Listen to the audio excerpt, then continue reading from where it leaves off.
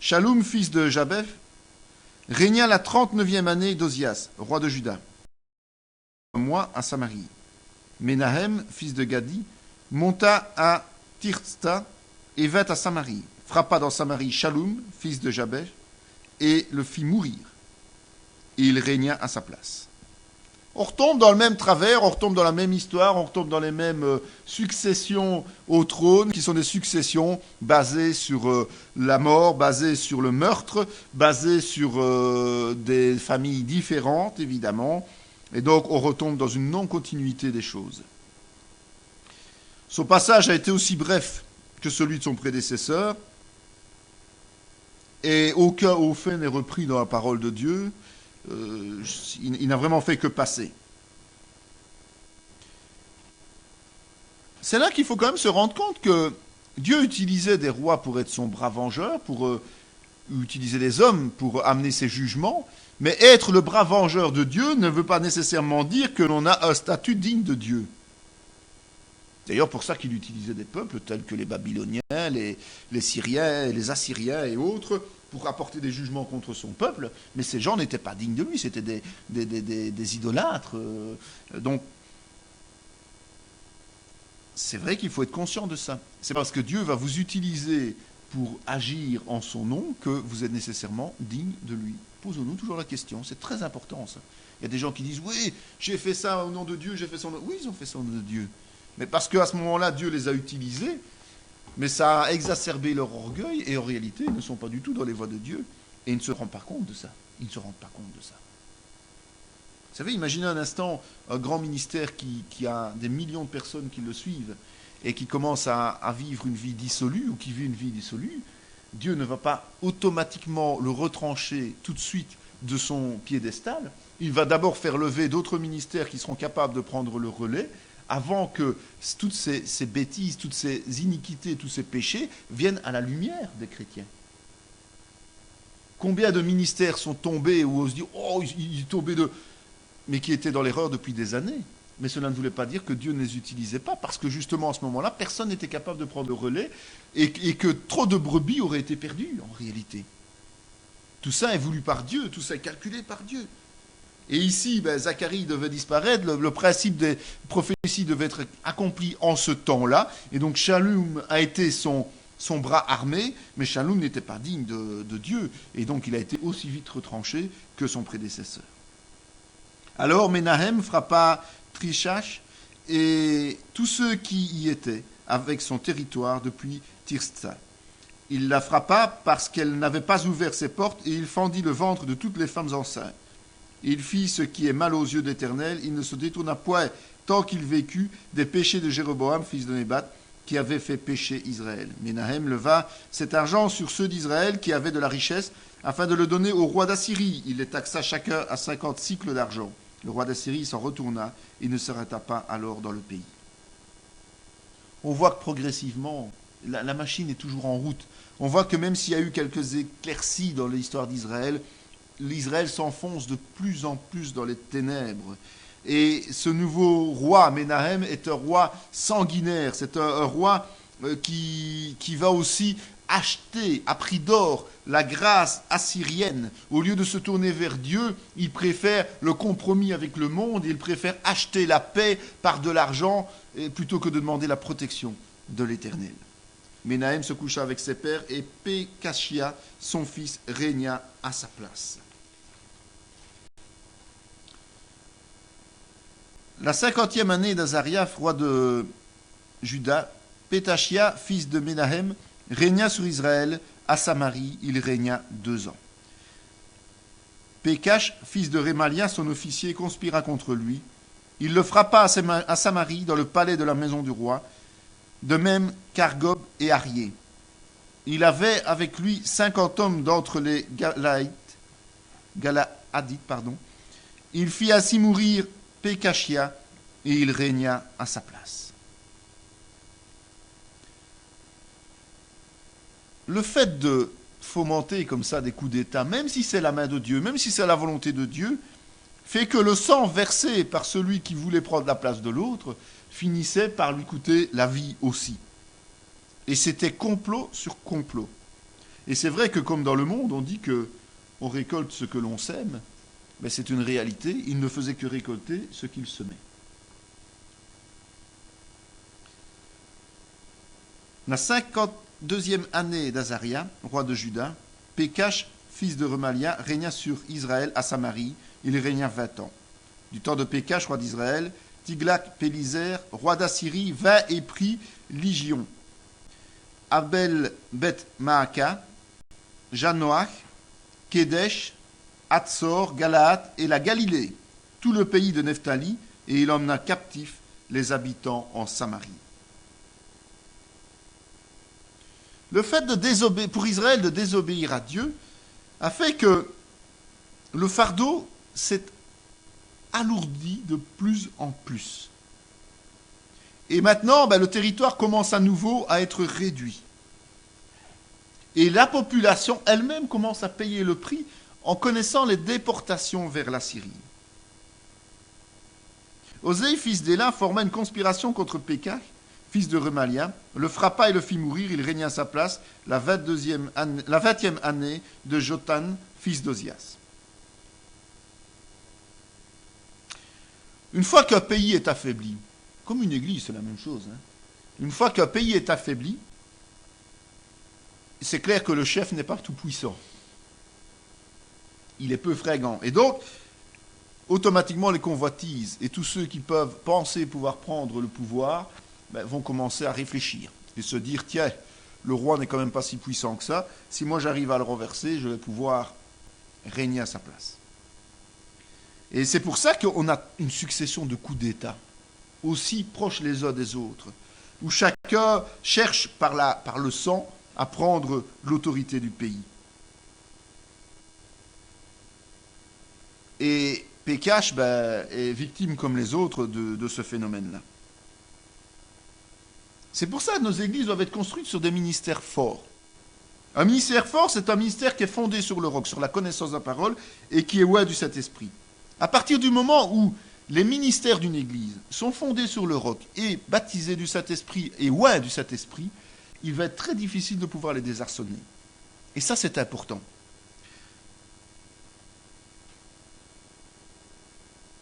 Un berger qui ne tient pas la distance doit quand même s'interroger sur une chose. Est-il d'abord choisi par Dieu lui-même, par le Saint-Esprit? A-t-il été mis en place par des ministères oints du Saint-Esprit? Et marche-t-il dans les voies de Dieu? Si ça ne répond pas, si les réponses ne sont pas positives, c'est qu'il y a un problème au niveau du ministère. Et toute l'Église est en danger à ce moment-là. N'oublions pas que la parole nous promet que nous ne serons jamais tentés au-delà de ce que nous sommes capables d'assumer et que Dieu nous donnera les moyens nécessaires pour pouvoir faire face à toute situation. Donc un ministère qui se décourage et qui abandonne, qui est dans l'échec, doit quand même beaucoup s'interroger. Une église qui connaît des coups d'État, entre guillemets, qui marchent, qui portent le fruit, doit s'interroger. Si Dieu fixe des ministères forts, si, il y aura toujours des tentatives de division, des tentatives de coup d'État, mais ces gens devront partir. Ces gens ne supporteront pas parce que les ministères sont immuables s'ils sont placés par Dieu. Il y aura des successeurs au ministère, tout ce qui s'ensuit, mais selon la volonté de Dieu. Donc c'est important de se rendre compte que ici nous avons l'effet inverse. L'effet inverse, c'est-à-dire des rois qui sont devenus des roitelets, simplement, qui n'ont pas de pouvoir, et comme par hasard, les prétendants au trône sont de plus en plus nombreux et prennent le trône par la force. La 12e année d'Achaz, roi de Juda, Osée, fils d'Éla, régna sur Israël à Samarie. Il régna 9 ans. Il fit ce qui est mal aux yeux d'Éternel, non pas toutefois comme les rois d'Israël qui avaient été avant lui. Salmanasar, roi d'Assyrie, monta contre lui et Osée lui fut assujetti et lui paya un tribut. Osée, c'est le dernier roi d'Israël. Et c'est un peu logique, il n'a pas agi dans les voies de Dieu, bien qu'il ait été plus respectueux de l'Éternel que les autres, mais il était quand même désobéissant. Et on a vu que le processus de jugement était en route de la part de l'Éternel. On a vu qu'il était devenu inévitable qu'Israël paye le prix. Et donc, Osée a été la victime de cette situation, tout simplement parce qu'il est arrivé sur le trône et que la machine était en route et que tout devait se dérouler. Mais le roi d'Assyrie découvrit une conspiration chez Osée, qui avait envoyé des messagers à So, roi d'Égypte, et qui ne payait plus annuellement le tribut au roi d'Assyrie. Le roi d'Assyrie le fit enfermer et enchaîner dans une prison. L'Éternel a rejeté toute la race d'Israël. Il les a humiliés, les a livrés entre les mains des pillards, et il a fini par les chasser loin de sa face. Osée avait un joug important, évidemment, puisqu'il était assujetti au roi d'Assyrie. Il devait payer une contribution financière importante. Il aurait pu se contenter de vivre son règne comme ça, étant donné qu'il devait être conscient, il aurait dû être conscient que c'était un jugement de Dieu qu'il devait subir pour lui et son peuple, et que donc il n'y avait pas de question de pouvoir changer le cours du temps. Le problème que nous avons en tant que chrétiens, parfois, c'est que nous voulons changer le cours du temps, alors que ce sont les plans de Dieu qui prévalent et que nous devons nous inscrire dans les plans de Dieu. Et seuls ceux-là peuvent marcher au travers du temps. Ceux que nous échafaudons nous-mêmes ne tiendront pas le temps, ne tiendront pas la distance, puisque les plans de Dieu s'accomplissent avec certitude. D'accord ? Et là, il se dit non, moi je ne veux pas subir ce joug assyrien alors que c'est une volonté de Dieu, et je vais tenter de m'allier avec le roi d'Égypte. Seule conséquence, puisque ce n'est pas dans les plans de Dieu, ça lui a coûté tout simplement la liberté. Il y a eu un siège, Samarie est tombée 3 ans après, et il y a eu déportation de la population. Et il y a un passage important, il est long peut-être, mais ça vaut la peine de le lire, parce que ça nous retranscrit vraiment les raisons pour lesquelles Israël en est arrivé là. Cela arriva parce que les enfants d'Israël péchèrent contre l'Éternel leur Dieu, qui les avait fait monter du pays d'Égypte, de dessous la main de Pharaon, roi d'Égypte, et parce qu'ils craignirent d'autres dieux. Ils suivirent les coutumes des nations que l'Éternel avait chassées devant les enfants d'Israël, et celles que les rois d'Israël avaient établies. Les enfants d'Israël firent en secret contre l'Éternel leur Dieu des choses qui ne sont pas bien. Ils se bâtirent des hauts lieux dans toutes leurs villes, depuis les tours des gardes jusqu'aux villes fortes. Ils se dressèrent des statues et des idoles sur toute colline élevée et sous tout arbre vert. Et là, ils brûlèrent des parfums sur tous les hauts lieux, comme les nations que l'Éternel avait chassées devant eux. Et ils firent des choses mauvaises par lesquelles ils irritèrent l'Éternel. Ils servirent les idoles dont l'Éternel leur avait dit « Vous ne ferez pas cela ». L'Éternel fit avertir Israël et Juda par tous ses prophètes, par tous les voyants, et il leur dit « Revenez de vos mauvaises voies et observez mes commandements et mes ordonnances, en suivant entièrement la loi que j'ai prescrite à vos pères et que je vous ai envoyée par mes serviteurs les prophètes. » Mais ils n'écoutèrent point, et ils raidirent leur cou, comme leurs pères, qui n'avaient pas cru en l'Éternel leur Dieu. Ils rejetèrent ces lois, l'alliance qu'il avait faite avec leurs pères et les avertissements qu'il leur avait adressés.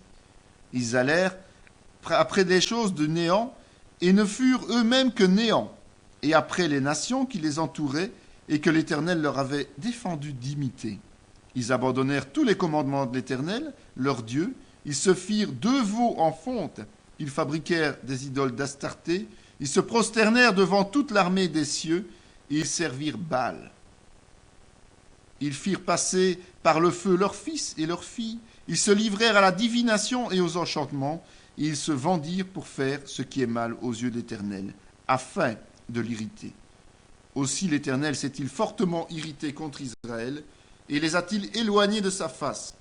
Il n'est resté que la seule tribu de Juda. Quand on lit ça, ça se passe de commentaires. Je crois que tout est dit. Dans ce résumé qui fait quelques versets, tout est dit. Nous, chrétiens, nous trouvons dans ce passage-là matière à nous inspirer quant à notre comportement. Parce que toutes les erreurs qu'Israël a commises, si le chrétien commet les mêmes erreurs, il s'éloigne automatiquement du Saint-Esprit. Vous avez remarqué qu'il est dit au début qu'ils ont désobéi. Il est dit que Dieu s'est irrité. Il est dit qu'ils ont persévéré dans leurs erreurs.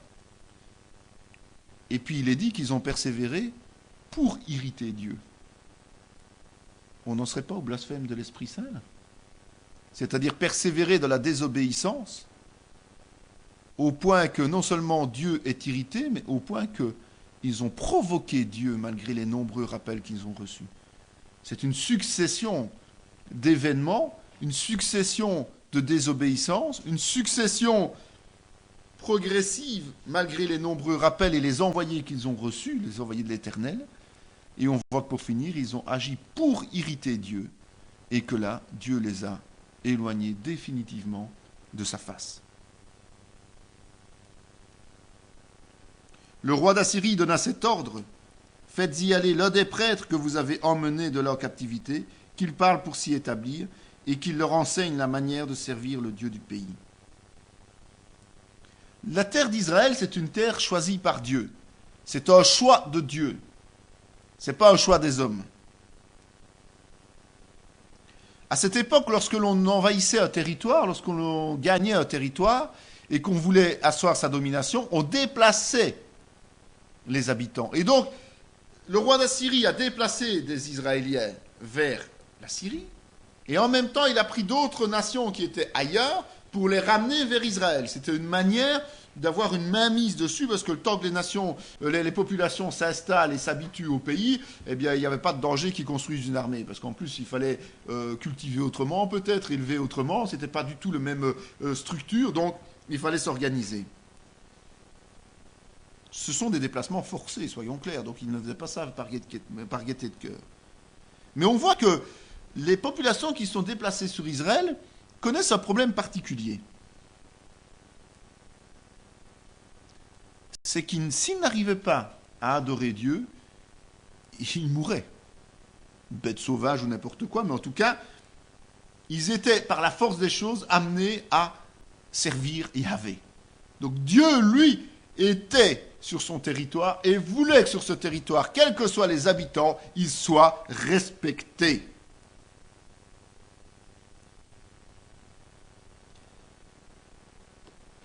Vous savez, Samarie, maintenant qu'on y réfléchit un petit peu, Samarie, c'est une terre particulière. Judas n'a jamais aimé Samarie. Vous vous souvenez du temps de Jésus? Les Samaritains, rappelez-vous l'histoire du Samaritain, du bon Samaritain. La Samarie, c'était vraiment un lieu où les Judéens ne voulaient pas aller. Il n'y avait rien à faire. Ils étaient considérés comme des ennemis.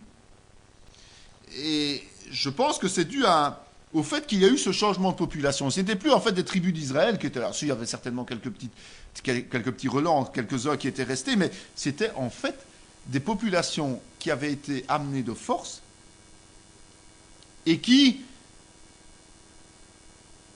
avaient été formées au rituel juif par les sacrificateurs israélites qui avaient été déportés et ramenés sur le territoire parce que sinon ils mouraient. Alors bon, les rois n'étaient pas intéressés par laisser mourir les populations. Si, ils massacraient les soldats, tout ce que l'on veut, mais une fois qu'ils gardaient une population, c'était une richesse, une population. C'était des gens qui produisaient de la richesse et le tribut qui était versé au roi d'Assyrie était toujours conséquent, évidemment. Donc s'il n'y avait plus de population, il n'y avait plus d'argent, il n'y avait plus de moyens.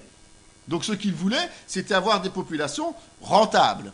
Et pour avoir une population rentable, il y a la meilleure solution qu'il avait trouvée, puisqu'il se rendait bien compte que Yahvé ne voulait pas que son territoire soit souillé outre mesure, eh bien il avait renvoyé les sacrificateurs d'Israël pour former les nouveaux habitants.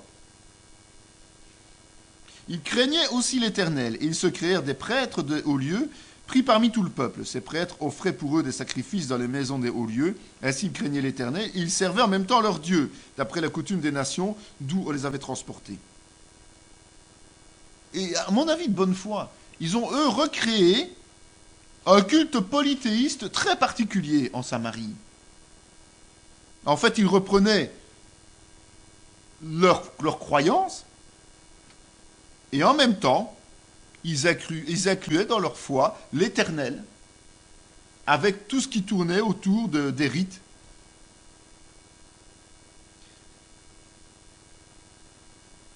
Et c'est comme ça qu'ils sont arrivés au temps de Jésus. Les Samaritains n'étaient pas des Juifs au départ.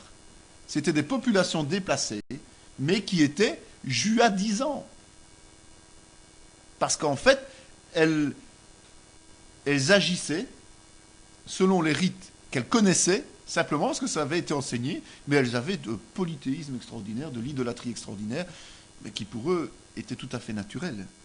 Donc c'était des gens, si on leur apportait le témoignage, comme Jésus le faisait, qui connaissaient l'Ancien Testament, qui connaissaient la parole de Dieu, qui connaissaient les vérités bibliques.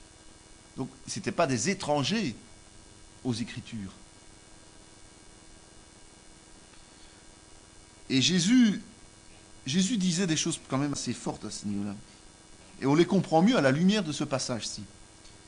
Il leur disait, dans Jean 4 notamment, « Vous adorez ce que vous ne connaissez pas, nous adorons ce que nous connaissons, car le salut vient des Juifs. » L'Éternel avait fait alliance avec eux et leur avait donné cet ordre. « Vous ne craindrez point d'autres dieux, vous ne vous prosternerez point devant eux, vous ne les servirez point, et vous ne leur offrirez point de sacrifice. » Donc d'un côté, Jésus leur a annoncé que, aux Samaritains, qu'ils ont vécu tout un temps, ils ont adoré Dieu, ils ont servi Dieu, mais ils ne connaissent pas. Et donc il est venu pour leur annoncer qui était vraiment Dieu et qui il était lui. Et c'est pour ça qu'il avait une terre d'ensemencement là-bas. Parce que ces gens étaient déjà des gens que l'on peut considérer comme des païens pour les Juifs. Et donc ces gens avaient une connaissance, ils pouvaient être enseignés sur le salut, certainement capables d'accepter plus facilement le message du salut, comme aujourd'hui les gens du monde peuvent accepter plus facilement le message du salut que ceux qui se trouvent dans des églises, quelles qu'elles soient. Parce que dans notre éducation en Europe, nous avons quasiment tous reçu les fondements du christianisme. De mauvais fondements, mais comme ces peuples de Samarie. D'accord ?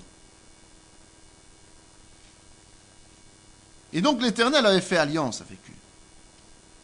Et l'Éternel a fait alliance avec Israël, avec les Juifs. Et cet enseignement, les sacrificateurs ne l'ont pas apporté aux nouveaux habitants de Samarie, soyons clairs. Hein. Donc il faut quand même savoir que Dieu n'admet pas cette situation-là. Dieu n'admet pas la dualité. Dieu n'admet pas qu'on le serve et que l'on serve d'autres dieux. Mais c'est vrai que ça semble moins choquant parce que ce sont des païens qui ont reçu ce type d'enseignement. Les prophètes avaient à plusieurs reprises averti et Israël et Juda des conséquences d'une dualité telle que celle-là. Vous savez, au travers des siècles, on verra, ici on voit l'histoire d'Israël, mais on verra l'histoire de l'Église. Au travers des siècles, on voit que cette erreur a tout le temps été répétée. Malgré la Bible, malgré le Saint-Esprit. Or, si nous avons reçu le message de la bonne nouvelle, nous ne pouvons plus prétendre que nous l'ignorons. D'accord ? Israël avait reçu cette annonce. Et Israël a échoué, lamentablement. Israël n'a pas été capable de respecter sa fidélité vis-à-vis de l'Éternel. En fait, ce sont des épreuves que Dieu veut. Il veut nous tester dans la fidélité que nous avons vis-à-vis de lui. C'est ce qu'il nous demande. Et Israël a été lamentable à ce niveau-là. Et c'est vrai qu'il est toujours plus facile de pécher que d'obéir. Plus simple, on ne se pose pas de questions au départ. À cause de cette désobéissance, la plus grande partie, à ce moment-là, la plus grande partie, j'insiste bien, de la terre promise était perdue.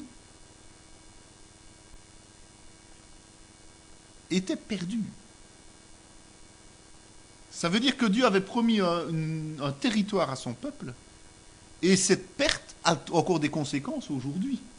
Parce que même si l'État d'Israël est reconstitué, il n'est pas dans ses frontières divines. Donc Israël a fini lamentablement, et nous avons une histoire parallèle, ça vous le savez bien aussi, qui est l'histoire de Juda. Et comme il est dit que seul Juda est resté alors qu'Israël a été anéanti, nous allons maintenant voir cette histoire justement. Donc nous avons vu que après Salomon, il y a eu une scission entre les tribus, il y a eu deux royaumes. Ils ont eu des vies parallèles, parfois des alliances, parfois aussi des vies diamétralement opposées. Je rappelle quand même que le royaume de Juda est le trône qui détient la lignée de David et qui est celle qui annonce effectivement le Messie. D'accord ? Et donc nous avons vu que le premier roi, le roi légitime, logiquement, d'Israël, était Roboam. Roboam, fils de Salomon, régna sur Juda. Il avait 41 ans lorsqu'il devint roi, et il régna 17 ans à Jérusalem, la ville que l'Éternel avait choisie sur toutes les tribus d'Israël pour y mettre son nom. Sa mère s'appelait Naama, l'Ammonite. Roboam demeura à Jérusalem, et il bâtit des villes fortes en Juda. Il mit dans chacune de ces villes des boucliers et des lances, et il les rendit très fortes. Juda et Benjamin étaient à lui. Donc, on voit que 10 tribus avaient choisi la sécession et avaient suivi Jéroboam. Restaient Juda et Benjamin. Benjamin, pourquoi ? Parce que Benjamin était simplement, totalement enclavé dans la tribu de Juda. On voit que la prospérité a commencé à s'installer très rapidement. Roboam, je vous le rappelle, avait amené cette scission d'Israël simplement par son endurcissement.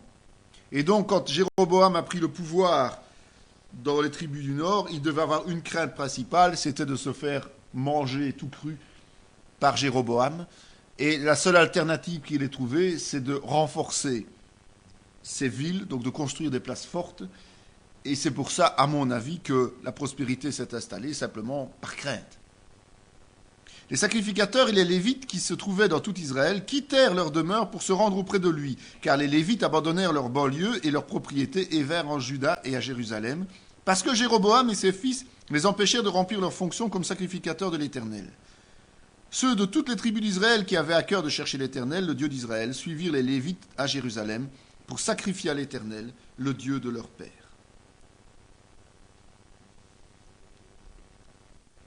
Vous voyez déjà toute la différence. Vous voyez qu'il est dit que Dieu avait choisi Jérusalem pour que son nom y soit associé. D'accord ? Nous voyons ici que Jéroboam, lui, va s'adonner à l'idolâtrie. Et donc, il y a toute cette lignée de Lévites. Vous vous rappelez que les Lévites avaient obtenu des villes dans chaque tribu d'Israël et que donc ils étaient répartis sur la totalité du territoire d'Israël au sens large. Mais comme il y avait scission maintenant, eh bien Dieu leur a mis sur le cœur de revenir vers Jérusalem, qui était le lieu de service, le lieu d'adoration choisi par l'Éternel. Et aussi, et c'est important à souligner, tous les Juifs qui voulaient marcher dans la loi du Seigneur. Donc ça veut dire qu'il y a eu un exode des 10 tribus d'Israël qui ont fait sécession. Il y a eu un exode de tous ceux qui voulaient marcher dans les voies de l'Éternel et qui sont revenus vers Juda et Jérusalem, évidemment.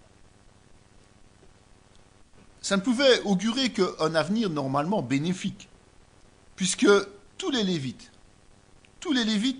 et tous les Israélites obéissants quittaient Israël pour rejoindre Juda. C'était quelque chose de beau, quelque part. Je crois que ça devait être quelque chose de particulier pour Roboam. Ils donnèrent ainsi de la force au royaume de Juda et affermirent Roboam, fils de Salomon, pendant 3 ans, car ils marchèrent pendant 3 ans dans la voie de David et de Salomon. C'est déjà moins beau, hein ? Ils donnèrent de la force, donc ça veut dire que le fait de revenir, c'est d'abord des personnes qui revenaient, donc c'est une population qui grandissait, donc une puissance matérielle, mais aussi et surtout évidemment une puissance spirituelle, puisque tous les bons serviteurs de Dieu venaient en Juda. Donc ils affaiblissaient Israël et ils renforçaient Juda. Et donc automatiquement le règne de Roboam ne pouvait être que renforcé aussi. Mais le problème c'est qu'on dit pendant 3 ans.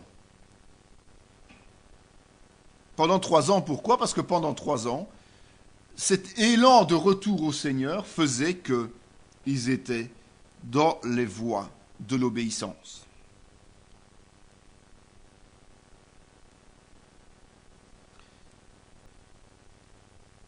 L'obéissance, la prospérité. Le lien est direct. Le peuple obéissait, la royauté était ferme, affermie, et la prospérité était là.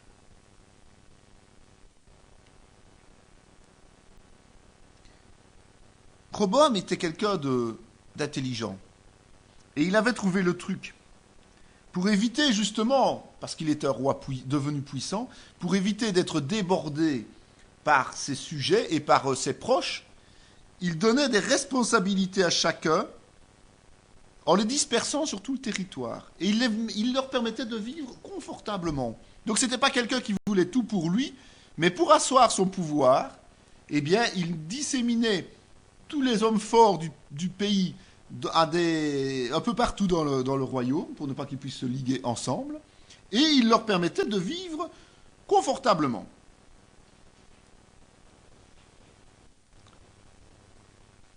Pour stabiliser un corps de Christ, de façon biblique, à la lumière de Roboam ici, il est important de répartir les tâches dans le corps de Christ. Il est important de répartir les tâches entre un grand nombre de serviteurs. C'est primordial. Si vous centralisez tout sur une, deux ou trois personnes, automatiquement, tôt ou tard, il va y avoir un problème de rivalité, de jalousie, d'orgueil. Mais si chacun a un rôle particulier dans l'Église à remplir, en tout cas un certain nombre de responsables, de chrétiens matures, eh bien il n'y a pas de raison de se disputer. Chacun est responsable de sa part. Il y a une autorité spirituelle, d'accord, mais chacun a son autonomie de fonctionnement et c'est ça qui est important. La personne qui centralise tout, si elle veut tout centraliser, si jamais elle s'affaiblit, toute la machine s'enraye. Par contre, s'il y a une équipe entière qui travaille, même si quelqu'un faiblit à un moment donné, les autres vont soutenir la machine, vont soutenir la communauté. Et donc, chacun a des passages à vide, tout le monde. Il n'y a personne qui peut dire « je suis à 100% tout le temps ». C'est faux, c'est un mensonge. Donc quand quelqu'un a un passage à vide, ben, tous les autres sont là pour le soutenir et soutenir le reste de la communauté. Et donc, le nombre fait qu'il n'y a pas de discussion et de division, mais que du contraire, il y a une volonté d'agir ensemble. Lorsque Roboam se fut affermi dans son royaume et qu'il eut acquis de la force, il abandonna la loi de l'Éternel et tout Israël l'abandonna avec lui. Et voilà, ça c'est la catastrophe. La réussite lui monte à la tête. Ça c'est le danger de tout chrétien. Lorsque l'on est dans une phase positive, une phase de victoire, une phase de bénédiction, il y a un danger formel, c'est que nous relâchons notre attention. Et là, la chute nous guette. Roboam était devenu un roi puissant. Roboam avait de la force. Il y avait une équipe autour de lui qui ne lui disputait pas le pouvoir, mais qui partageait le pouvoir avec lui. Il vivait confortablement, en respectant son autorité. Il marchait dans les voies de l'Éternel. C'est grâce à cela que son pouvoir était affermi. Et à un moment donné, fort de son succès, il a oublié quelque part qu'il devait tout à l'Éternel. Et il a commencé à marcher dans les voies d'égarement. Et tout le peuple l'a suivi. Tout le peuple l'a suivi. Et c'est ça le problème. C'est là un virage dans l'histoire de Juda. Juda fit ce qui est mal aux yeux de l'Éternel, et par les péchés qu'ils commirent, ils excitèrent sa jalousie, plus que ne l'avaient fait leur père. Ils se bâtirent eux aussi des hauts lieux, avec des statues et des idoles sur toute colline élevée et sous tout arbre vert. Il y eut même des prostituées dans le pays. Ils imitèrent toutes les abominations des nations que l'Éternel avait chassées devant les enfants d'Israël.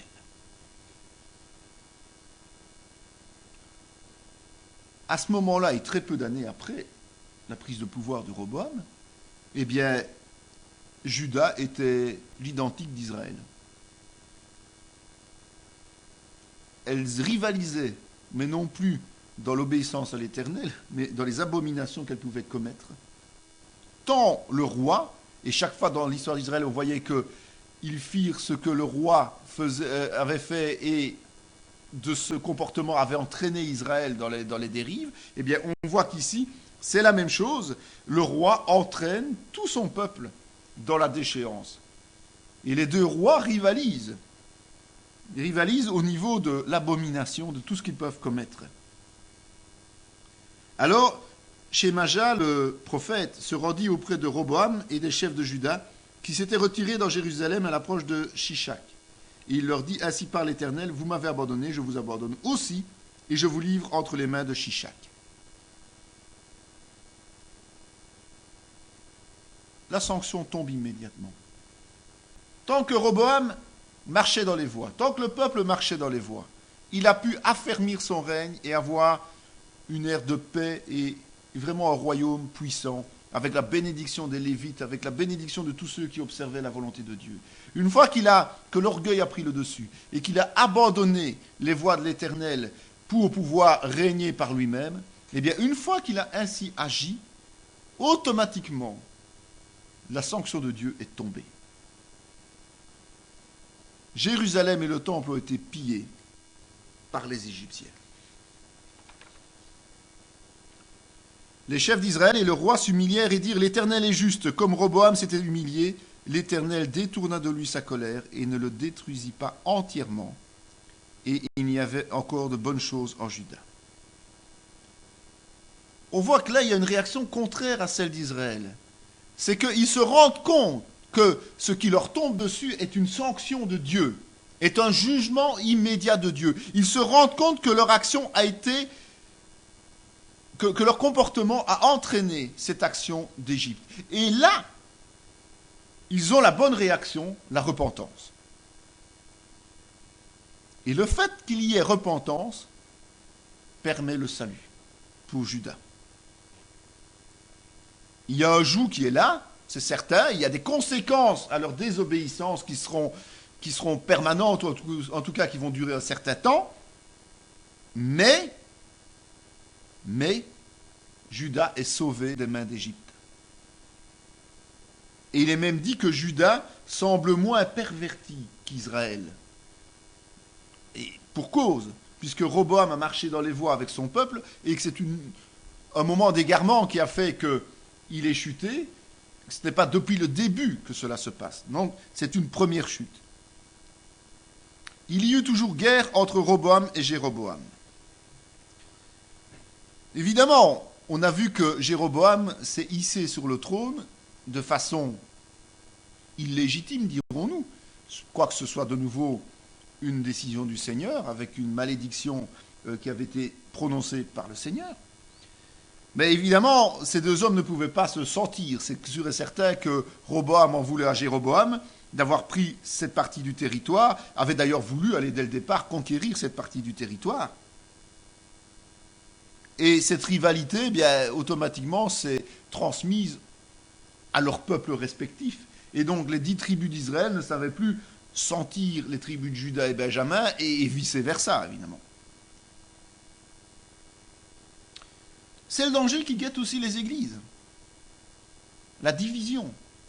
On entend souvent parler de division. Lorsque vous avez deux ministères qui s'opposent dans une église, la tentation pour l'assemblée, c'est de prendre parti pour l'un ou pour l'autre. C'est une tentation, mais ce n'est pas la solution.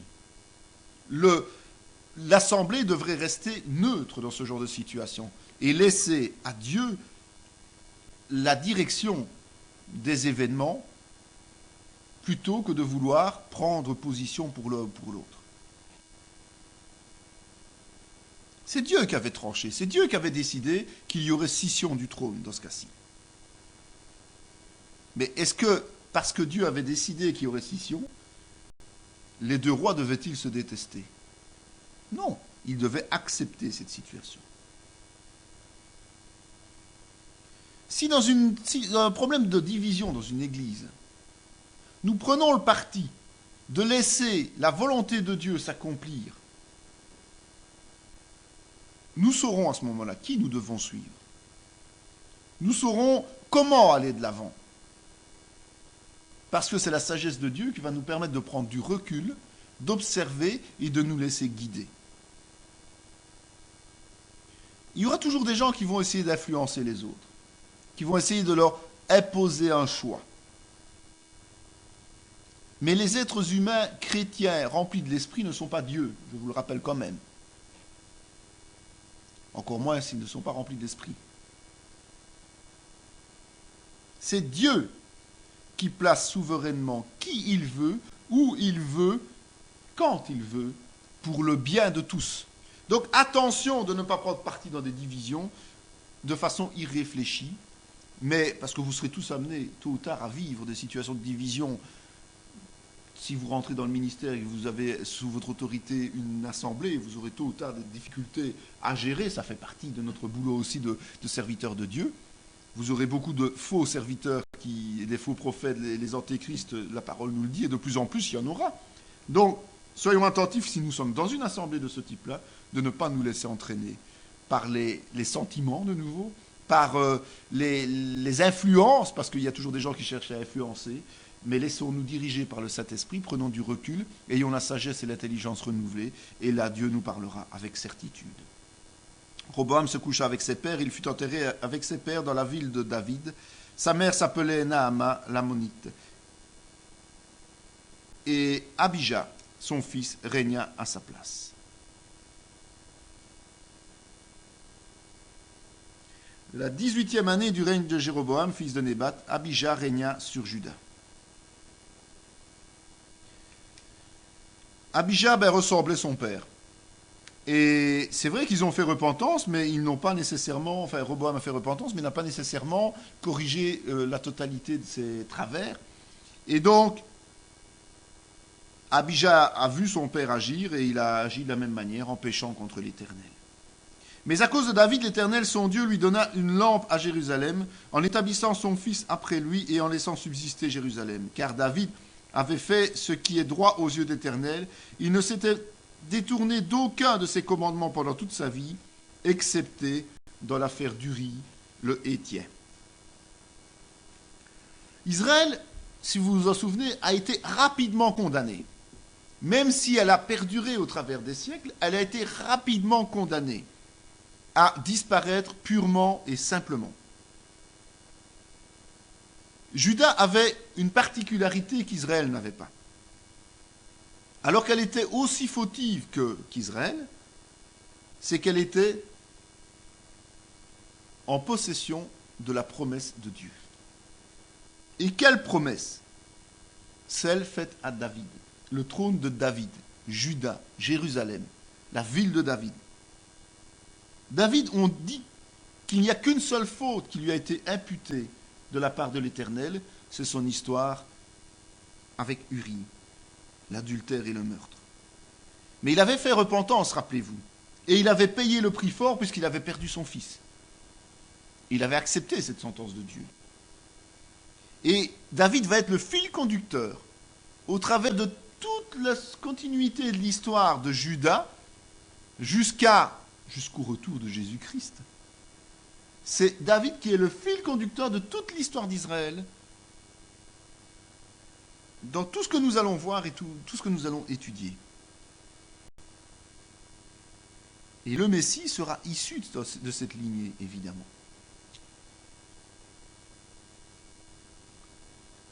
Il est clair que Dieu n'abandonne pas ses oints. Quand il a oint quelqu'un, Dieu ne l'abandonne pas. Mais il attend évidemment que ses oints se consacrent à lui. Donc meurent à eux-mêmes pour le servir. Même si, et c'est inévitable, ses serviteurs sont fautifs. Mais il faut que les serviteurs reconnaissent leurs fautes et qu'ils soient pardonnés parce qu'ils ont fait repentance. Et soyez assurés que vous, aujourd'hui, qui êtes serviteurs de Dieu, si vous marchez selon les prescrits que le Seigneur nous donne pour David, eh bien, sachons que nous apportons les bénédictions à toutes les générations qui nous suivent. Et vous savez que la parole nous parle de 1000 générations. Et la meilleure preuve de cela, c'est David. David bénit toutes les générations qui le suivront jusqu'au retour de Christ et au-delà, donc jusqu'à la fin des temps. Si vous comptez le nombre de générations que ça représente, c'est déjà pas mal du tout. Et c'est ce que la parole nous dit. Une malédiction ne va que jusque 4 générations. Une bénédiction peut aller jusqu'à 1000 générations et au-delà. Et David en est l'exemple le plus concret dans l'histoire d'Israël. Mais pour nous, l'Éternel est notre Dieu et nous ne l'avons point abandonné. Les sacrificateurs au service de l'Éternel sont fils d'Aaron et les Lévites remplissent leurs fonctions. Nous offrons chaque matin et chaque soir des holocaustes à l'Éternel. Nous brûlons le parfum odoriférant. Nous mettons des pains de proposition sur la table pure et nous allumons chaque soir le chandelier d'or et ses lampes, car nous observons les commandements de l'Éternel, notre Dieu, et vous l'avez abandonné.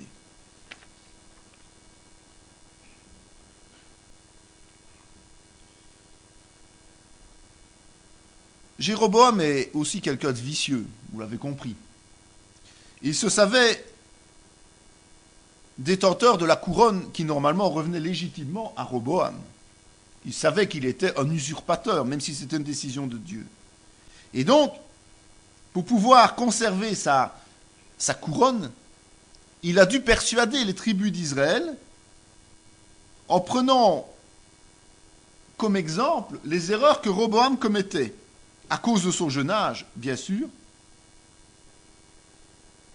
Et il a dû travailler sur la base de l'idolâtrie des Israéliens, qui ont, je vous le rappelle, rejeté les Lévites et qui ont fabriqué des veaux d'or.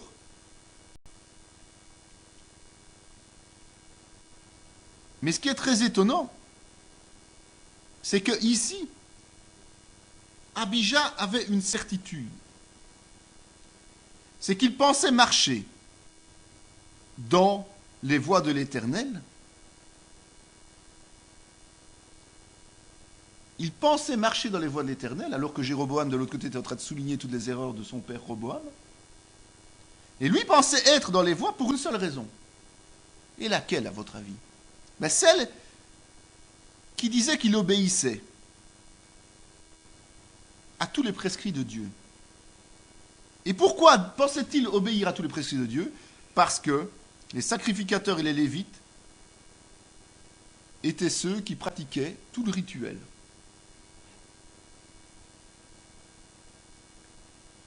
Le fait qu'ils pratiquent le rituel, c'est le salut par les œuvres. Parce qu'il agissait dans la désobéissance totale. Mais il couvrait toutes ces erreurs par les rites maintenus par ces sacrificateurs lévites.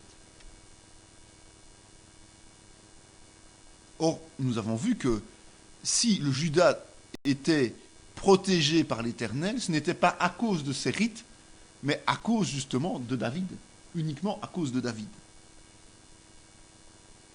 La question que nous devons nous poser et prendre Abijah comme exemple ici, c'est sommes-nous d'excellents chrétiens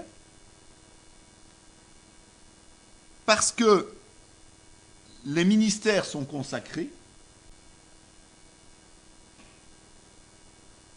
ou parce que les cultes se déroulent selon les critères de la Bible,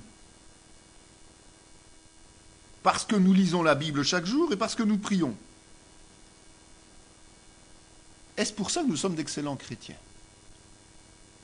Parce qu'on respecte les règles rituelles, point d'interrogation, et qu'on compte sur ceux qui sont consacrés, comme Abijah comptait sur les Lévites? La réponse est non, évidemment. La réponse est non, parce que tout est une question de responsabilité personnelle et individuelle. Dans chaque acte de notre vie, ce n'est pas une question de titre, ça n'a rien à voir. Nous devons nous comporter selon la volonté de Dieu, et à partir de ce moment-là, nous sommes un excellent chrétien, un bon et fidèle serviteur. Ce n'est pas parce que nous faisons de la religiosité que nous sommes un bon chrétien. C'est parce que nous vivons notre foi dans l'obéissance à Christ. Abijah n'avait pas compris ça. Abijah couvrait sa désobéissance par des rites que ces sacrificateurs rois de Dieu accomplissaient. Les hommes de Juda poussèrent un cri de guerre Et au cri de guerre des hommes de Juda, l'Éternel frappa Jéroboam et tout Israël devant Abija et Juda. Les enfants d'Israël s'enfuirent devant Juda, et Dieu les livra entre ses mains. Les enfants d'Israël furent humiliés en ce temps, et les enfants de Juda remportèrent la victoire parce qu'ils s'étaient appuyés sur l'Éternel, le Dieu de leur père. Juda avait quand même ce concept, parce qu'il avait ses Lévites, parce qu'il avait ses gens fidèles, ce concept d'appeler l'Éternel à leur secours. Lorsqu'il y avait des difficultés, on appelait l'Éternel au secours. Et si Abija a vaincu justement Jéroboam, c'est pour la simple et bonne raison que lui a appelé l'Éternel à son secours.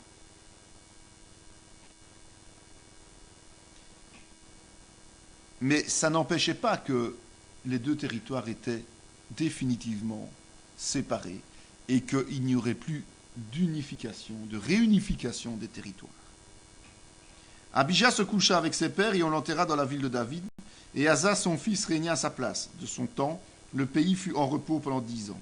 Abija se coucha avec ses pères, on l'enterra dans la ville de David, et Asa, son fils, régna à sa place.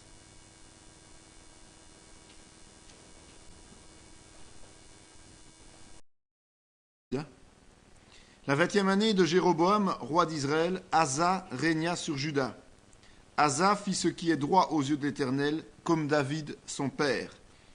L'Éternel frappa les Éthiopiens devant Asa et devant Juda, et les Éthiopiens prirent la fuite.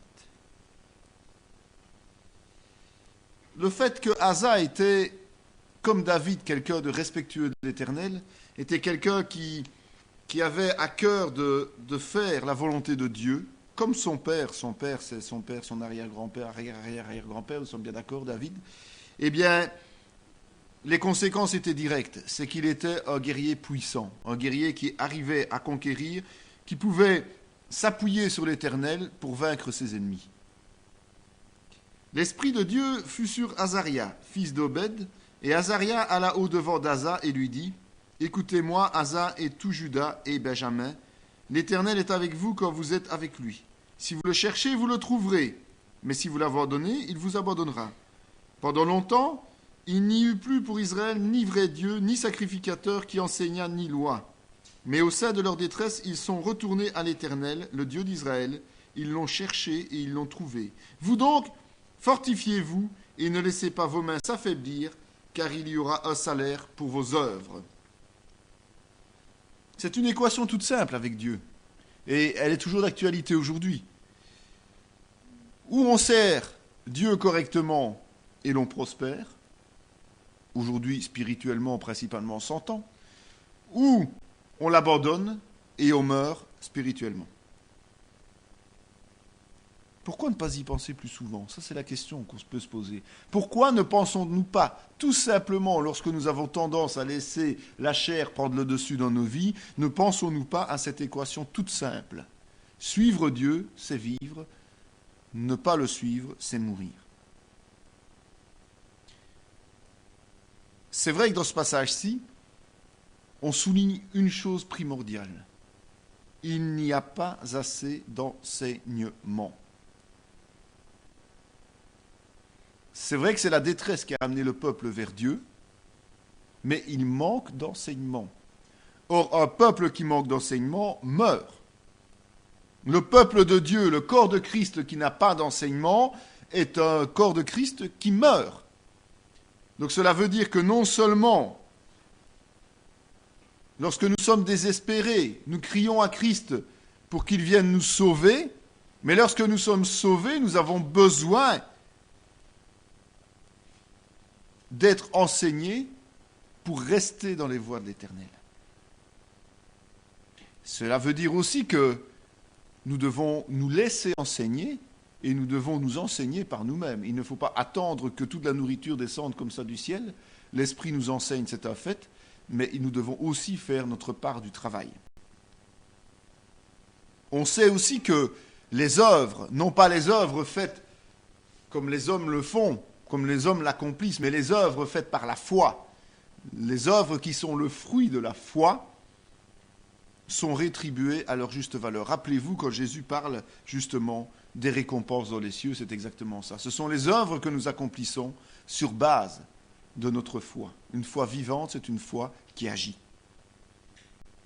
Il rassembla tout Juda et Benjamin et ceux d'Éphraïm, de Manassé et de Siméon, qui habitaient parmi eux. Car un grand nombre de gens d'Israël se joignirent à lui lorsqu'ils virent que l'Éternel, son Dieu, était avec lui. On parle toujours d'une séparation entre les tribus.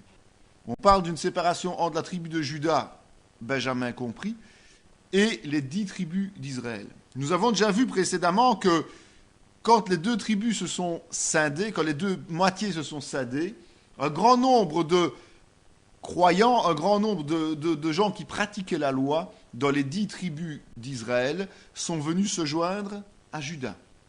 On voit qu'ici, de nouveau, parce qu'ils se sont tournés vers Dieu, ils se sont à nouveau repentis de leurs péchés, ils ont à nouveau reconnu qu'ils étaient bien faibles sans l'Éternel, eh bien, des Juifs des tribus du Nord, de nouveau, les ont rejoints spontanément.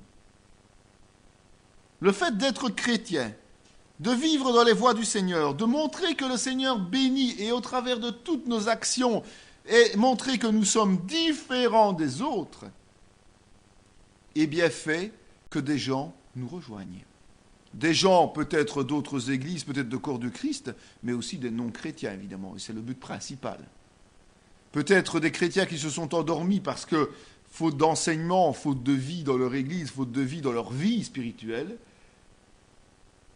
vont être attirés par le fait d'avoir une église réveillée. Donc ne soyons pas surpris, lorsqu'une église bouge, qu'on entend parler d'elle, qu'il y ait des, entre guillemets, des transferts, des gens qui ont envie d'aller partager, et des gens qui n'ont jamais peut-être connu l'Éternel, et qui viennent à Jésus-Christ, rien que par l'effet que donne une église réveillée. Il ordonna à Juda de rechercher l'Éternel, le Dieu de ses pères, et de pratiquer la loi et les commandements.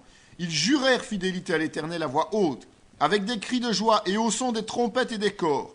Tout Juda se réjouit de ce serment, car ils avaient juré de tout leur cœur. Ils avaient cherché l'Éternel de plein gré, et ils l'avaient trouvé, et l'Éternel leur donna du repos de tous côtés. Alors on va un peu revenir à ce passage-là. C'est un passage hyper important de la parole, ça, de nouveau. L'obéissance a des caractéristiques vraiment spécifiques. L'obéissance fait que, comme eux l'ont fait, ils ont juré fidélité à haute voix. Ça veut dire quoi? Ça veut dire que nous, chrétiens, pourquoi cacherions-nous que nous croyons en Jésus-Christ? Quand on a Christ en nous, on a envie de faire connaître cet état à tout le monde. Et donc, ça ne sert à rien de se cacher en disant « Oh oui, mais qu'est-ce qu'ils vont penser, ceux-là, de nous ?» Ça, ce n'est pas croire en Jésus. Ça, c'est croire de façon charnelle en Jésus. Lorsque l'on croit fondamentalement en Christ, eh bien, on ne le cache pas. Ça se voit et ça se dit. Ils étaient heureux et l'exprimaient. Comme je l'ai déjà enseigné à plusieurs reprises, être chrétien, c'est être libre. Ce n'est pas être prisonnier. Donc, c'est normal que nous vivions en paix, que nous vivions dans la joie. Et c'est normal que ça se voit de nouveau. C'est normal que nous vivions différemment et que les gens s'en rendent compte. Sinon, nous ne sommes pas des chrétiens réveillés. La musique accompagnait leur confession. Vous avez vu les instruments. Comme on l'a déjà vu à plusieurs reprises, lorsque nous sommes dans la joie, lorsque nous louons le Seigneur, lorsque nous bénissons le Seigneur, il faut que ce soit visible, et être visible, comment cela peut-il être? Justement par des chants et des cris d'acclamation. Et la musique est partie intégrante de la louange du Seigneur. Il n'est pas normal qu'une église n'ait pas d'instrument de musique. Peut-être pendant un certain temps, mais il y a toujours maintenant des dérivatifs possibles qui permettent d'avoir de la musique de toute manière. Ça fait partie intégrante. Quand on vous dit « oui, mais on n'aime pas parce que ça fait trop de bruit, on n'aime pas parce que c'est trop doux et c'est trop mélodieux », il y a toujours des gens qui ne seront pas contents de toute manière. Mais lorsqu'on est chrétien, la musique fait partie de notre vie de chrétien. Ça nous permet d'exprimer notre joie, ça nous permet d'exprimer notre adoration vis-à-vis de l'Éternel. Judas était réjoui après avoir fait son serment. En fait, faire un serment, c'est un acte ponctuel. Nous, ça correspond à quoi? C'est de dire, oui, Jésus, je t'accepte dans mon cœur. Oui, Jésus, je crois en toi. Vous faites un serment avec Jésus-Christ. Mais ça ne s'arrête pas là. Vous ne faites pas un serment et puis terminé, on n'en parle plus. Quand on fait un serment, ça s'inscrit dans le temps. Ça s'inscrit dans la durée. Et non seulement ça va se maintenir au-delà du fait simplement de faire le serment, mais aussi et surtout, toute la communauté qui nous entoure se réjouit. N'oublions pas que nous sommes un seul corps, tous ensemble. Un seul corps veut dire que, logiquement, si la tête se réjouit, les pieds doivent se réjouir aussi. Il est dit qu'ils avaient cherché l'Éternel. Mais comment avaient-ils cherché l'Éternel? De leur plein gré. On ne peut pas convertir quelqu'un par la force. On ne peut pas coincer quelqu'un dans un coin de pièce et lui dire maintenant tu crois en Jésus. Il vous dira oui, maintenant je crois en Jésus s'il a peur de vous, certainement. Mais ce n'est pas ça qui va l'amener à la conversion. La conversion, c'est spontané, c'est personnel, c'est quelque chose que l'on fait par nous-mêmes. C'est un geste qui est vraiment individuel. Alors parfois on pense qu'en insistant toujours auprès d'une personne, en lui disant « Tu sais, Jésus est là, est mort pour toi, Jésus est là, est mort pour toi », on va finir par l'user et par l'avoir à l'usure. Mais c'est la même chose que de lui mettre un pistolet sur la tempe et de lui dire « Crois-tu en Jésus ?» À un moment donné, comme le juge inique, il en aura ras-le-bol d'entendre parler de votre Jésus-Christ, et pour avoir la paix, il dira « Bah oui, je crois en Jésus », mais il ne sera pas converti. De toute manière. N'oublions jamais qu'en tant que chrétiens, nous sommes amenés à témoigner, mais que c'est l'Esprit Saint qui convainc. Et pas l'inverse. Donc à partir du moment où nous avons quelqu'un en face de nous pour qui nous témoignons, d'abord nous devons le faire sous l'onction de l'Esprit, nous devons être dirigés par le Saint-Esprit, mais en plus de cela, nous devons être conscients que si le Saint-Esprit n'agit pas, nous ne marcherons pas. Et nous ne devons jamais intervertir les rôles. Alors, la première chose à faire, c'est de chercher la volonté du Saint-Esprit. Avant de se dire, je vais évangéliser là, ou telle personne, demandez d'abord au Saint-Esprit si c'est le temps, si c'est le moment, si c'est la bonne personne. Ils trouvèrent l'Éternel. Sachez quand même une chose, et il faut quand même enlever certains tabous. Dieu ne se cache pas à l'homme. Dieu ne se cache pas à l'homme. Dieu se laisse trouver. Celui qui cherche Dieu de tout son cœur a la certitude qu'il le trouvera. Vous pouvez l'affirmer, ça, aux personnes qui sont dans le doute, qui hésitent, qui ne savent pas. Si tu cherches Dieu de tout ton cœur, il se fera connaître à toi. Il n'y a aucun doute. Frappez, on vous ouvrira. Cherchez, vous trouverez. Demandez, on vous donnera. C'est un Dieu qui répond à nos sollicitations, qui répond à nos appels. Et la fin de ce verset qui est merveilleux, c'est « L'Éternel leur donna alors du repos de tous côtés ». Nous avons un rôle important à faire, c'est de nous donner à Christ. De mourir à nous-mêmes pour nous offrir à Christ. Après, c'est lui qui prend tout en main. C'est lui qui veille sur nous. Mais nous ne devons pas l'empêcher d'agir sur nous et d'agir autour de nous. Nous devons agir en fonction de ce que Dieu va nous donner comme instruction. Il ôta du pays les prostituées, et il fit disparaître toutes les idoles que ses pères avaient faites. Et même il enleva la dignité de reine à Maaka, sa mère, parce qu'elle avait fait une idole pour Astarté. Asa abattit son idole et la brûla au torrent de Cédron. Sous le règne d'Asa, il y a eu vraiment une modification complète de la situation. Il y a eu un changement radical, de tout au tout. Asa était, contrairement aux autres, quelqu'un qui marchait dans les voies de Dieu. Et ça, c'est important à le souligner. Et quand on marche dans les voies de Dieu, on ne peut pas se permettre le compromis. Et automatiquement, qu'a-t-il fait? Il n'a pas hésité a enlevé le titre de reine à sa mère, parce que sa mère était une idolâtre. Il n'y a plus de sang, il n'y a plus de famille. Il y a une grande famille, celle de Christ, et nous devons couper les branches mortes, comme on le disait la semaine passée, ou il y a 15 jours. Nous devons couper les branches mortes, de peur de nous-mêmes nous laisser entraîner dans l'erreur. Donc ici, il n'a pas hésité à non seulement imposer l'obéissance à tous ces sujets sur lesquels il avait autorité en tant que roi, chose que nous, en tant que chrétiens, n'avons pas le droit. Nous ne savons pas imposer les choses aux autres. Chacun, comme je vous l'ai dit maintenant, est libre de se laisser remplir de l'esprit, se laisser travailler par l'esprit, se laisser sanctifier par l'esprit. Mais lui avait la possibilité, mais il est allé jusqu'à destituer sa mère parce qu'elle était idolâtre. Mais les hauts lieux ne disparurent point, quoique le cœur d'Asa fût en entier à l'Éternel pendant sa vie. Et c'est toujours le drame, c'est toujours le problème. C'est ce qui est répétitif avec les serviteurs de Dieu dans l'Ancien Testament, et notamment au niveau de la royauté. C'est que la plupart d'entre eux, en tout cas d'entre ceux qui ont accepté de revenir à Jésus-Christ, à l'Éternel, eh bien tous ceux-là, bien qu'ils étaient consacrés, ont omis une chose, ils ne sont pas allés jusqu'au bout de la purification du pays.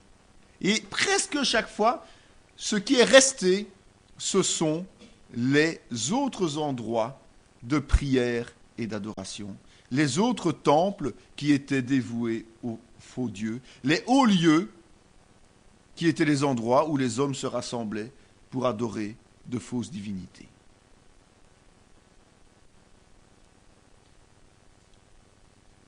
Comme il n'avait pas nettoyé, même si lui avait imposé à son peuple de respecter l'Éternel uniquement, le risque évidemment était que la chute était là parce qu'il y avait une pierre d'achoppement. Comme je vous l'ai déjà dit, lorsque vous donnez votre vie à Christ, lorsque nous donnons notre vie à Christ, c'est un cadeau de Dieu, ça, tout le monde le sait maintenant, il ne faut pas le répéter à chaque fois. Mais nous devons à tout prix, par la grâce de Dieu, nous débarrasser de tous les liens du passé, tous les liens de notre ancienne vie. Nous naissons de nouveau, ce n'est pas un terme vain de dire nous naissons de nouveau. Quand un bébé naît, il naît vierge de toutes choses. Il n'a pas pris les mauvaises habitudes de se mettre le doigt dans le nez. Pas encore. Eh bien, c'est la même chose pour nous.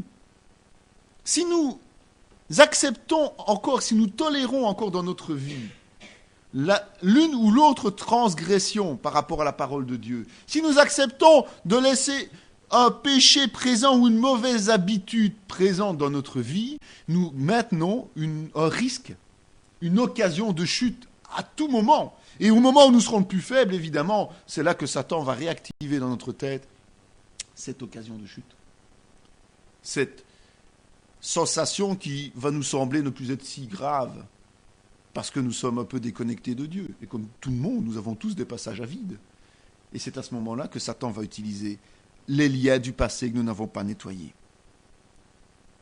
Résister au diable, résister au malin pour qu'il fuit loin de nous, ça veut dire effectivement qu'il ne faut pas laisser de brèches dans nos murailles.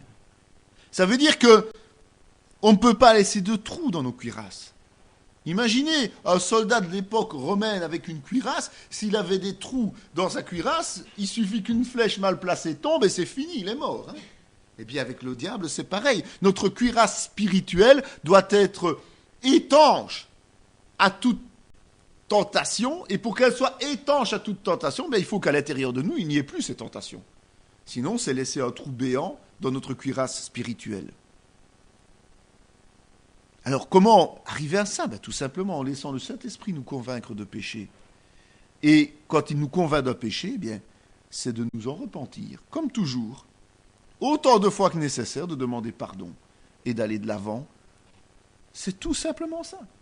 C'est ça la sanctification, c'est ça la purification que nous sommes invités à vivre. Asa n'est pas allé assez loin pour son territoire, il a laissé cette occasion de chute qui sont les hauts lieux. Il a laissé ce trou dans la cuirasse pour son peuple et lui-même. La 36e année du règne d'Asa, Baïcha, roi d'Israël, monta contre Juda. Et il bâtit Rama pour empêcher ceux d'Asa, roi de Juda, de sortir et d'entrer. Asa prit tout l'argent et tout l'or qui était resté dans les trésors de la maison d'Éternel et les trésors de la maison du roi. Il les mit entre les mains de ses serviteurs qu'il envoya à Ben-Hadad, fils de Tabrimon, fils de Échion, roi de Syrie, qui habitait à Damas. Le roi Asa lui fit dire, il y eut guerre entre Asa et Baïcha, roi d'Israël, pendant toute leur vie. Vous avez vu, il y a quelques minutes, on a parlé du fait que Asa, par le fait qu'il était rentré dans l'obéissance au Seigneur, était un guerrier puissant. Il a gagné des victoires. Et malgré le fait qu'il est un chef puissant, il y a un moment où il craque, en quelque sorte. Et quand son collègue, le roi d'Israël, des tribus du Nord, vient contre lui, eh bien, il utilise toutes les possessions de Juda, toutes les richesses de Juda, pour se payer une alliance avec les Syriens. Et pour que cette alliance que les Syriens avaient avec Israël tombe. Il y a un problème là. Il y a un problème. Il se conduit dans les voies de l'Éternel, l'Éternel l'affermit, et le jour où il a peur, au lieu de se dire « je compte sur l'Éternel », il compte sur ses richesses pour gagner cette victoire. C'est une erreur de sa part. Dans ce temps-là, Anani, le voyant, alla auprès d'Asa, roi de Juda, et lui dit « Parce que tu t'es appuyé sur le roi de Syrie et que tu ne t'es pas appuyé sur l'Éternel, ton Dieu, l'armée du roi de Syrie s'est échappée de tes mains. » Asa fut irrité contre le voyant, et il le fit mettre en prison, parce qu'il était en colère contre lui, et dans le même temps, Asa opprima aussi quelques-uns du peuple. La décadence commence. Il avait laissé des hauts lieux, ça veut dire qu'il n'est pas allé jusqu'au bout de son travail de purification, de sanctification. C'était progressif son travail de purification, de sanctification. Cela voulait dire que du jour au lendemain, il ne pouvait pas faire tomber les hauts lieux. Mais il est arrivé à un stade là où il aurait dû faire tomber les hauts lieux, il ne l'a pas fait. Première occasion de chute, c'était celle que Satan a récupérée. La crainte de son voisin Israël. Et là, au lieu de s'appuyer sur l'Éternel, puisque c'était l'habitude qu'il avait prise, il s'appuie sur l'homme. Sur l'homme, le roi de Syrie. Évidemment, Dieu n'hésite pas, il lui envoie un prophète tout de suite. Il lui dit, mais enfin, qu'est-ce que tu fais là? Qu'est-ce que tu fais là? Chaque fois qu'on commet une erreur, Dieu nous envoie un avertissement, 2 avertissements, 3 avertissements. Mais il faut que nous soyons réceptifs aux avertissements. Si nous n'acceptons pas les avertissements, à un moment donné, ça s'arrête. Et ici, Asa refuse de reconnaître son erreur. Il aurait fait repentance en disant, écoute Seigneur, pardonne-moi, je me suis confié aux Syriens au lieu de me confier en toi. Il n'y avait pas de problème, puisque si Dieu lui envoie un prophète, c'était pour lui dire, attention, tu te trompes. Reviens dans tes voies. Et ce prophète parle de la part de Dieu, on parle d'un voyant dans ce passage, c'est pas un cartomancien, je vous rassure tout de suite, c'est bien un prophète qui a des visions. C'est la manière dont Dieu lui parle, il lui parle par vision. Il y a des prophètes qui entendent des voix, qui parlent avec Dieu, d'autres qui ont des visions, et ici on peut considérer que le voyant est quelqu'un qui est un prophète tout simplement, qui a des visions.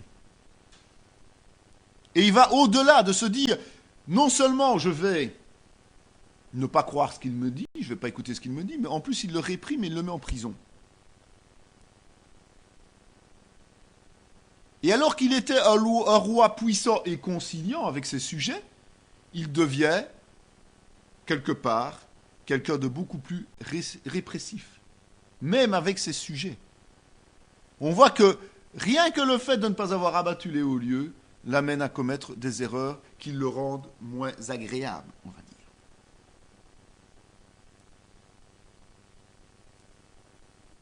Attention, pour nous aussi, c'est un avertissement cette histoire d'Asa.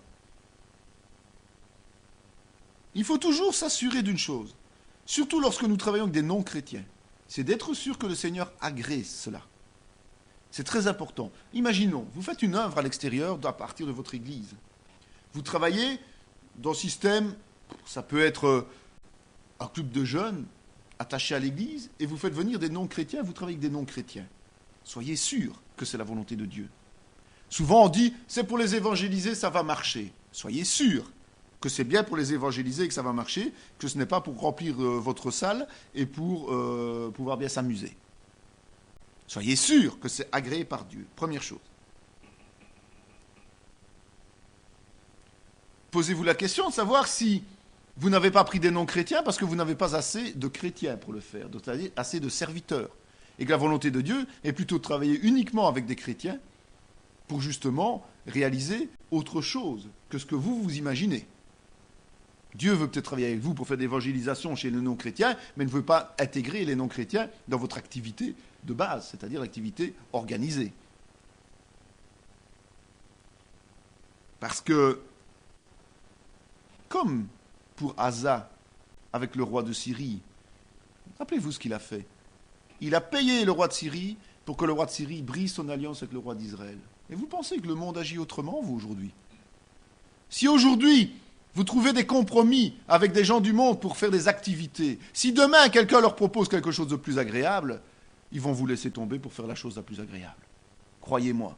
Si aujourd'hui, vous faites, comme il y a des jeunes qui se lancent dans la musique, un orchestre avec des non-chrétiens et des chrétiens, si demain, quelqu'un arrive avec un cachet en lui disant « Écoute, maintenant, tous les mois, je te donne 250 € pour être dans mon orchestre », croyez-moi que du jour au lendemain, vous êtes gros gens comme devant et vous vous retrouvez sans ces non-chrétiens dans votre orchestre. Croyez-moi que c'est la vérité. Et c'est ça qu'on nous avertit ici. Les Syriens ne se sont pas posé de questions. On leur donnait plus d'argent, eh bien, ils sont partis et ils ont changé d'alliance. Tout simplement. Ça, c'est le monde. Le monde cherche son profit. Le chrétien va réfléchir avant d'agir. Le chrétien va se dire « Mais Seigneur, est-ce que tu veux vraiment que je quitte ce groupe-là pour aller vers l'autre ?» Non. Le Seigneur va dire oui ou va dire non. Mais il n'y aura pas de question d'argent, il n'y aura pas de question d'intérêt personnel, il n'y aura pas de question de gloire personnelle, de petite gloriole. C'est la volonté de Dieu. Le monde ne fonctionne absolument pas comme les chrétiens. Pour le monde, la priorité des priorités, même s'il ne l'avoue pas toujours, c'est le profit personnel. Toujours, même dans les œuvres humanitaires. C'est de pouvoir dire « je fais des œuvres humanitaires ». Pourquoi les artistes participent-ils tant à des œuvres extraordinaires comme ce qu'on appelle aujourd'hui les enfoirés et d'autres choses? Pourquoi, à votre avis? Parce qu'on les adule, tout simplement. Parce que leur petite aura leur donne bonne conscience.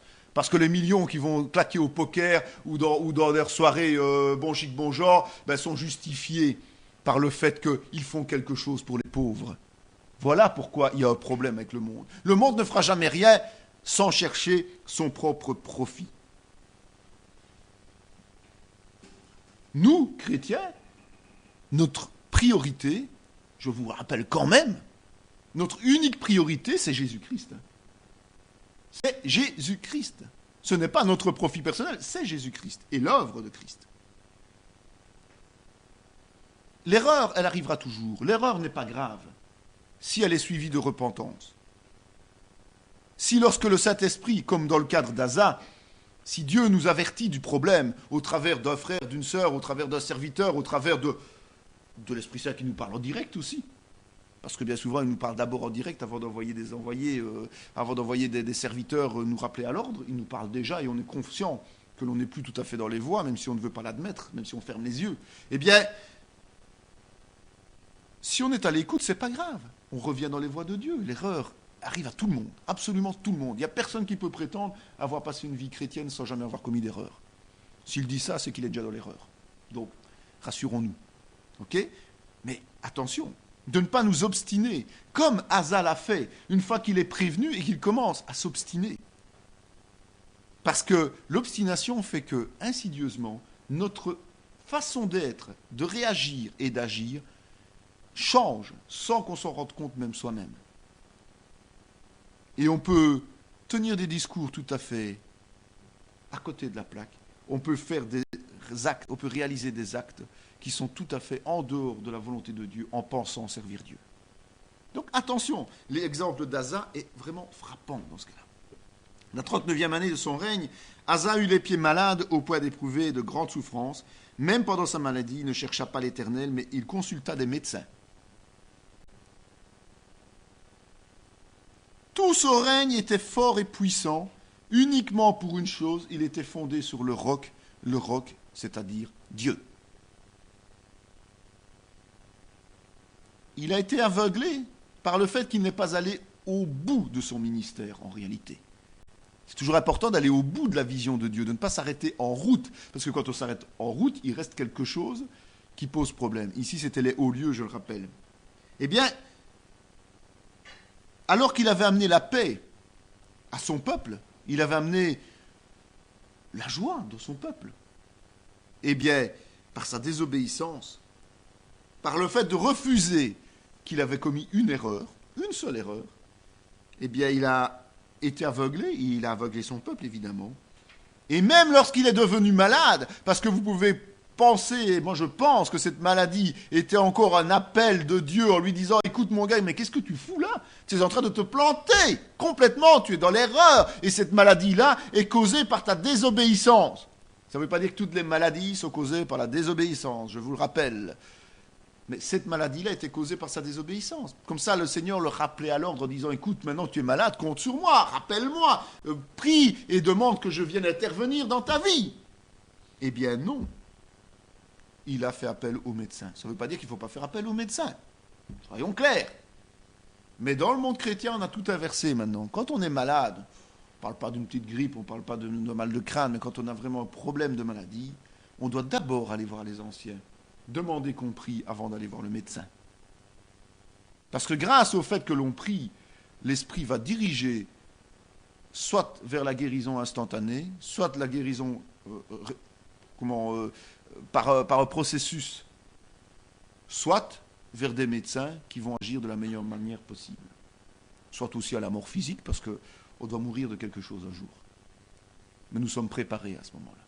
D'accord ? Donc c'est important de se rendre compte que le chrétien devrait d'abord se tourner vers Dieu et pas vers l'homme qui a fait des études de médecine et qui bien souvent n'est pas chrétien, en plus. Si vous étiez avec un médecin chrétien, ben, il commencerait d'abord par prier avant de faire son analyse de votre situation et de proposer un traitement. Ça serait déjà différent, mais il y en a très peu qui sont chrétiens. Et là, c'est un autre danger qui guette tous les chrétiens. C'est-à-dire que dans chaque acte de notre vie, quel qu'il soit, aussi anodin puisse-t-il sembler être, nous avons le devoir de demander à Dieu son intervention. Parce que si nous ne prenons pas cette habitude, lorsque nous allons avoir une épreuve difficile, douloureuse, nous n'aurons pas le réflexe de demander son intervention. Nous devons revenir pleinement à lui si nous sommes dans l'erreur, mais nous devons aussi et surtout veiller à ce que chaque acte de notre vie soit empreinte de sa présence, de son onction et de son acceptation. À tout niveau. Sinon, nous allons nous enfoncer progressivement dans un aveuglement qui nous amènera, le jour où nous aurons vraiment besoin de lui, à oublier tout simplement de l'appeler. À oublier de l'appeler parce que nous serons complètement sourds et aveugles à lui. Asa se coucha avec ses pères, il fut enterré avec ses pères dans la ville de David, son père, et Josaphat, son fils, régna à sa place. Cette vidéo fait partie intégrante de la formation en théologie pratique dispensée par la mission de théologie Emmanuel de Parakou, Bénin, sous l'autorité académique du Centre chrétien Emmanuel SBL, Spa, Belgique. Pour mieux connaître nos activités, voici nos différentes adresses.